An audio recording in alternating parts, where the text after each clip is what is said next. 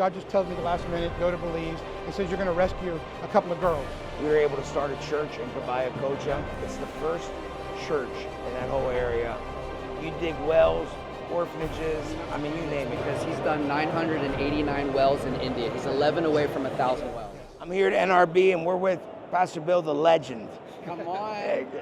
Darrell Knight. We've been around the world with Darrell. Pastor Darrell is a legend.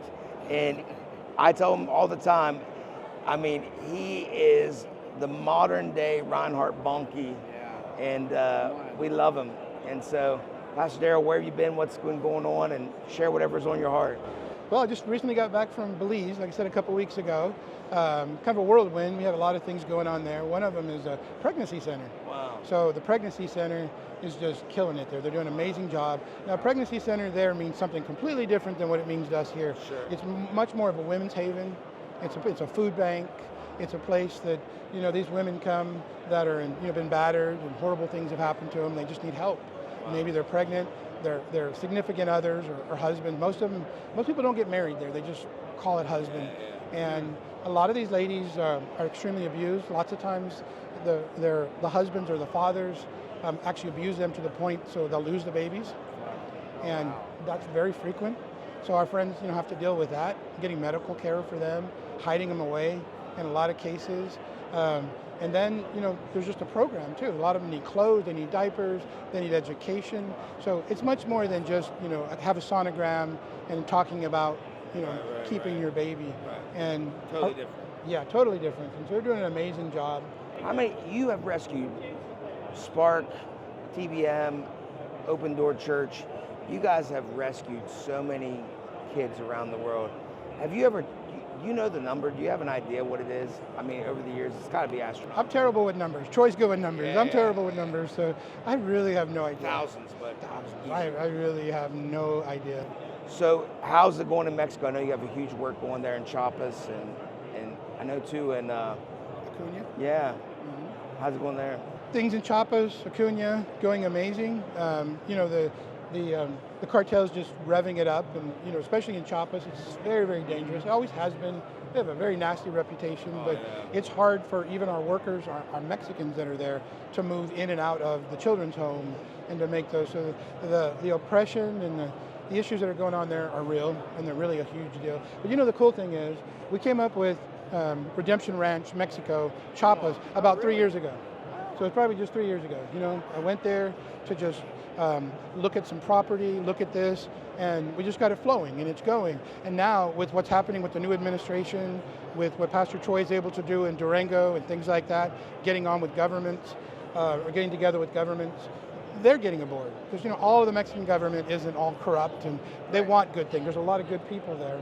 And so now they're looking at Spark and Open Door Church and TBM to be like, how do you do this? What's the model here? Even though we've only been there for a couple of years, still kind of an expert of what they're doing. Oh, you got great favor with the government. And we really do, that's why it's so cool. We started that even just kind of blindly and just, doing it with partners there. But already they're asking us, how do we do this? How can we partner with you? And so coming to us because the tides have changed, Some people in the government, they want this to stop and they want things. And so it's exciting, even though we're like, you don't understand. This is new to us. And so anyway. Hey, so I got to ask this. I want the wildest, Darrell story you can tell on TV that God has done, because you have been how many nations have you been to, Darrell? 39. Wow. See, he is good with numbers. Yeah. Only because I get asked that so much. So finally I just sat down and worked it. So it's 39. And then I'll be in Korea here pretty soon. That'll be 40. Yeah. Tell me one of the wildest stories, God moving. I remember you telling me some stories in India and Sri Lanka, but you tell whatever you want to tell, but one of the wildest stories, God just moving. I think maybe there's so many. I mean, even it's hard that you stumped me, and I'm just sitting there thinking, just earlier this year. So, actually, it was late last year when I went to Belize. God just tells me the last minute, go to Belize. He says you're going to rescue a couple of girls. He actually gave me a couple of things he told me to do. It didn't really make any sense, and I was just like, yes, sir. Okay, I'll go. I booked a ticket. left 2 days later, and I go, and I didn't know what girls, I didn't know what he was talking about, and so I just showed up, I get there, I end up at a house that I've been to before that one of our ministries that we work with people with cerebral palsy. I'm not a doctor, I'm just diagnosing that that's what most of them are. They're in chairs and stuff, and they're very much an outcast when that's the case. The people are ashamed, they leave them, just like you see all over the world.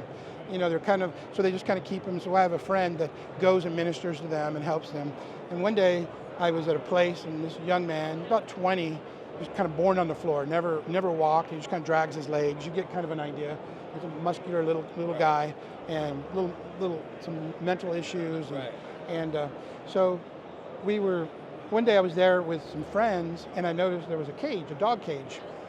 So the dad would have to put him in a cage whenever the dad would leave. Wow. And I was actually with Mario, Swanami's husband, Mario. And we were just blown away. We were just like, this can't be happening. I mean, I know we're helping and whatever, but you can't put your kid in a cage, but we're here, and there's no CPS, there's no anything, there's no help whatsoever. Right, yeah. So dad's like 70, and he's got 2 older daughters, and they're kind of have some issues, and the boy kind of attacks them and has some issues, and we're just horrified. We're like, what can we do? What can we do to keep this from happening? And unfortunately, Mario and I, we were just we're like, we got to solve this, and then we just thought about it, and we thought, and it really wasn't much that we could come up with, and so we really just kind of put it on the back burner. I mean, I hate to say that because we talked to Troy and we talked to, but nobody had a solution, and other than just creating a mental health services there. So when I went back this last time, I kind of forgot about it. Kind of forgot about him just because I didn't know what to do about it. And so when I show up, started doing my normal stuff, and of course God told me to go visit the young man. I was like, oh, okay, wow. I'm going to go and probably not have a solution again. I'm not going to have a plan. So anyway, I'm going to go. And so sure enough, I get there. Now when I get there, the sister is chained to the couch too. Because this poor guy, dad's 72, and I'm not making excuses. It's just that she'll run off and just go get hit by a car, and so he has no services or anything. Wow. So for him, so he can actually go work somewhere, get some things done. And so I'm there, and I'm like, okay, this time I'm not leaving. I'm just like, I'm not leaving. I had no idea this was the girl I was supposed to rescue until I was there. And I'm like, I'm not going to leave this country until I come up with a solution. I have no idea what I'm going to do. So anyway, I ended up going back to my room. I'm thinking about it. I'm asking some of my friends that are with me. How old's the boy that's in the cage and the girl chained up? 20, and the girl's probably 23, 24. Wow. It's 2 twin girls. One of them, and it's horrible situation. The place looks terrible. And I'm like, I'm not leaving this country till I So it's 2 twin girls and a boy, or just 2 girls? So the 2 girls are like 23. Oh, wow. But they're, just, it's a horrible, nasty, dirty place. And this little guy's doing the best he can. Right. And so, which is still not acceptable, don't get me wrong, but there's not a foster care place. So I'm like, okay, I'm moved, I'm blown away, and I'm like, what am I gonna do? I have no idea. I look at part of my team that's with me, and I remember I asked them, I said, look, what can we do? And these ladies were older than me, and one of them has some degrees in helping handicapped people. So I thought they're the right people to help me, right? They're the right people. So I'm asking them, they're like, I don't know. And I'm like, that's not good enough. And so finally I look at them, and I said to them, I said, okay, pretend you have all the money in the world. Because I figured they had a solution if they had all the money in the world. Right. And they told me, they said, I don't know. So I was really frustrated because they didn't have a solution. And we had all the money in the world in theory. So I left, went and got in the swimming pool, and I was just praying, and I said, or God looks at me and he says, you didn't ask me. He said, you didn't ask me. And I was like, I'm asking. And he was like, okay. So then he gave me 2 names. And I'll tell you who they are, because you know who they are. So he gives me 2 names whenever I thought, that's brilliant. First one came to my mind was Swanami. And so Swanami, but then I realized she's all over the place. She's busy, or Lucy. So Lucy, that you know from the Amazon, my very good friend. Yeah. She's done some other projects for me in Belize, loves Belize. And then also I realized that I have all the money in the world. The money is not an option, not a problem, because all numbers are 0 with God. That's right. So I mean, I got so encouraged, and I'm just there, and I just couldn't wait. I'm like, so money's not an issue.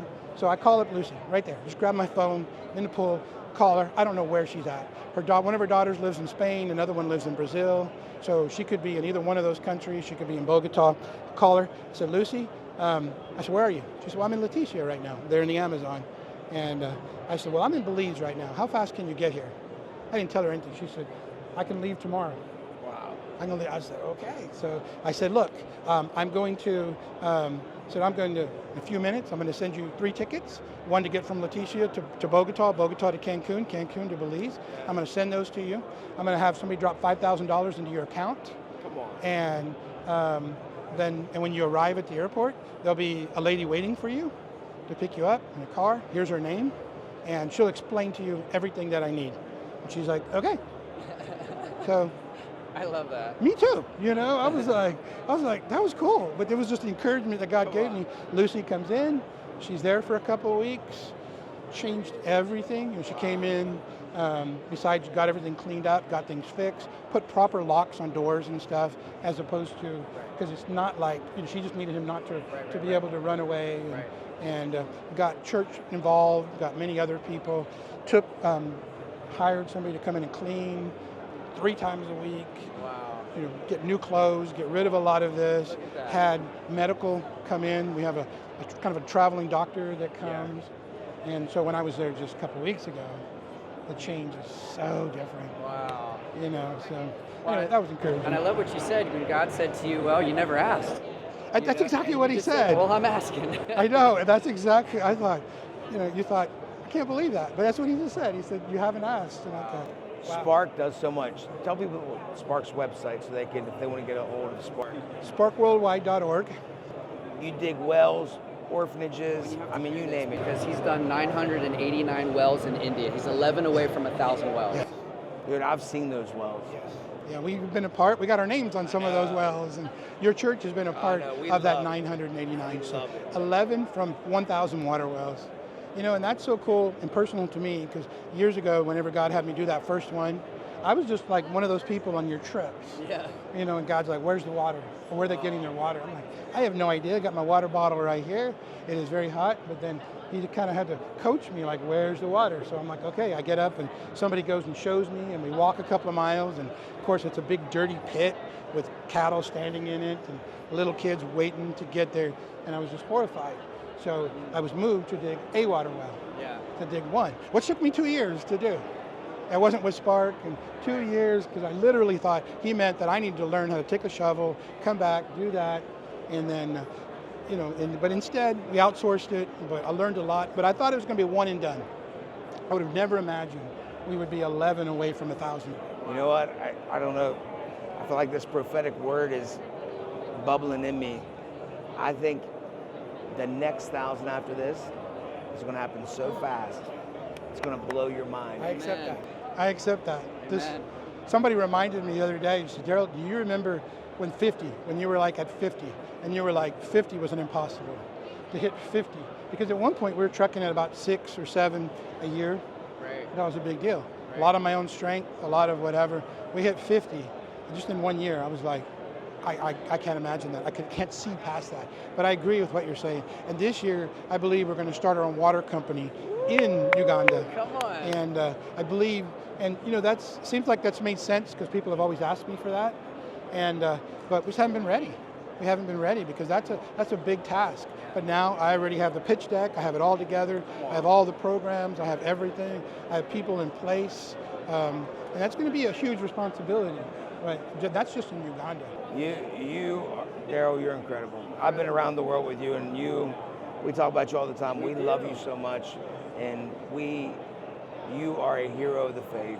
And I just want to encourage you that a lot of the souls that we've seen saved at our crusades are because of you plowing the way and making it possible. And so there's a ripple effect that you might not even realize that's happening. But we were able to start a church in Cabaya Cocha with Julio, and it's the first church in that whole area, and it's amazing. Thank you for everything you do.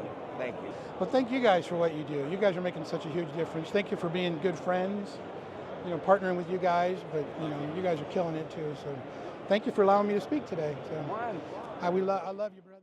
Thank you for tuning into our YouTube channel. Make sure you like, make sure you subscribe, make sure you share with a friend. We are producing content that is life-changing, and you do not want to miss anything that God is doing.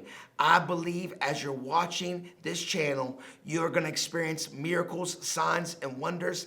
The anointing is tangible and transferable, and I believe God is going to bless you abundantly. Make sure that you like, subscribe, and share, because you want to be a blessing to others. This will change your life.